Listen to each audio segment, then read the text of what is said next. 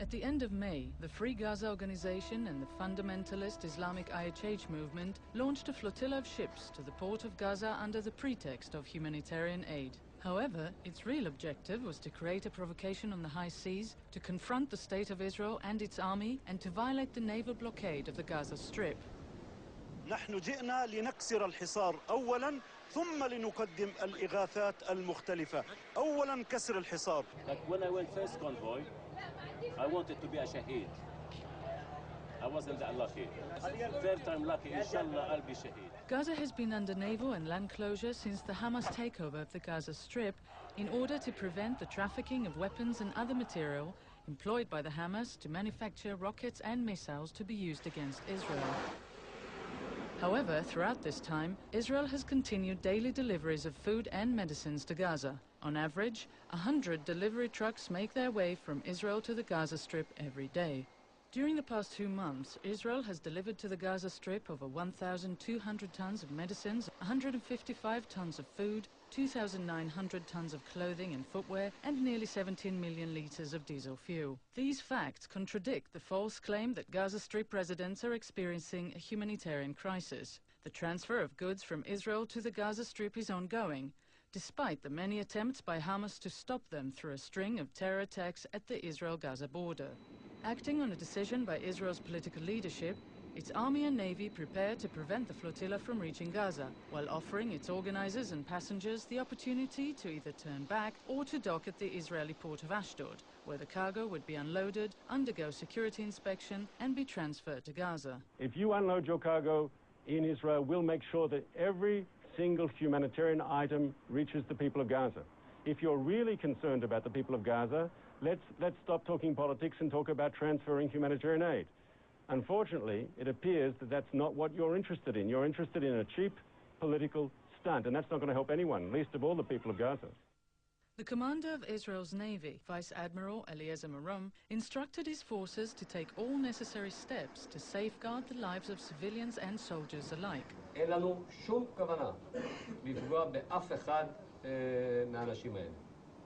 וביחד עם זאת יש לנו משימה מאוד מאוד ברורה לבצע. Okay, what is your next port? My next port, Gaza. Marmara, you are approaching an area of hostilities, which is under a naval blockade. The Israeli government supports delivery of humanitarian supplies to the civilian population in the Gaza Strip and invites you to enter the Ashdod port, after which you can return to your home ports aboard the vessels on which you arrived.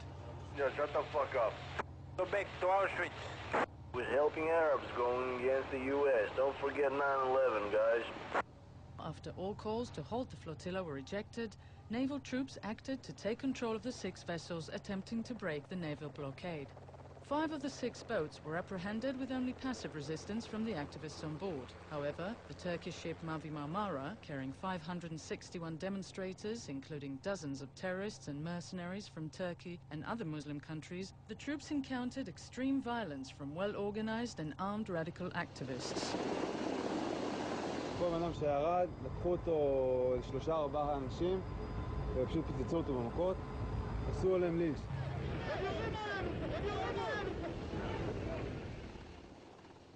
כולם שם היו עם עלות מתכת, סכינים, באיזשהו שלב גם היה ירי חי, ירו עלינו כדורים, כאילו נשק אמיתי. התחילו להרביץ לי עם העלות מתכת, נעשה כך שרדתי את היד כנראה.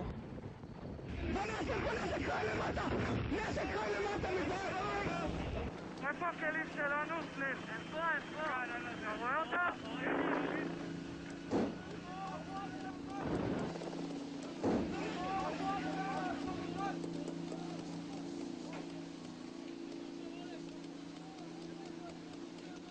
The soldiers were attacked with knives, clubs and other cold weapons that had been prepared in advance, as well as with gunfire from weapons that were wrested from them.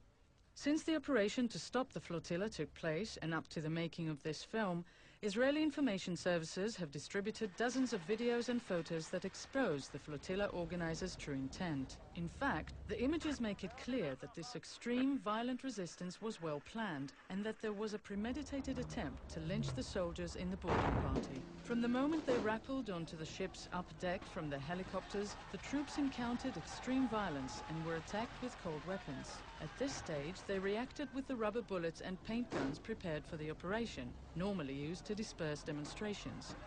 When a firebomb exploded near the troops and one soldier was stabbed and thrown onto the ship's lower deck, and only after 2 of the troops' pistols were wrested from them and turned against them, did the soldiers open fire in self-defense. As a result, 9 of the radical activists who attacked the troops were killed and 27 others wounded.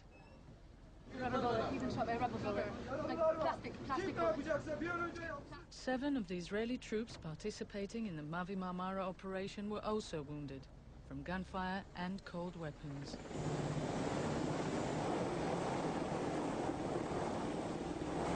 About 12 hours after the incident began, all 6 vessels of the flotilla were docked at the port of Ashdod. All passengers disembarked for security checks and were then transferred to the Ministry of the Interior and Immigration authorities in order to return them to their countries of origin.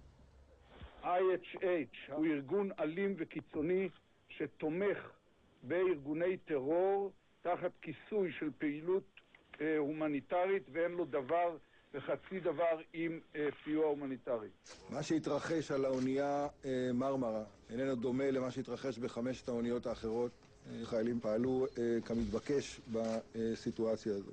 The operation to take control of the flotilla followed the failure of numerous direct and indirect diplomatic and military contacts with foreign governments and organizations. The flotilla's organizers were clearly told that they would be allowed to dock in Ashdod, unload the supplies and equipment they had on board, and have them transferred in an organized fashion to the Gaza Strip. Only after the flotilla organizers made it clear that they had no intention of cooperating in any way was the decision made to take control of the ships at sea in accordance with international law, which grants a country the right to stop a hostile vessel that declares its intent to break a state-imposed blockade. This outcome could have been avoided were it not for the extreme violence on the part of the activists, the injuries they caused, and the clear threat they posed to the lives of Israeli troops.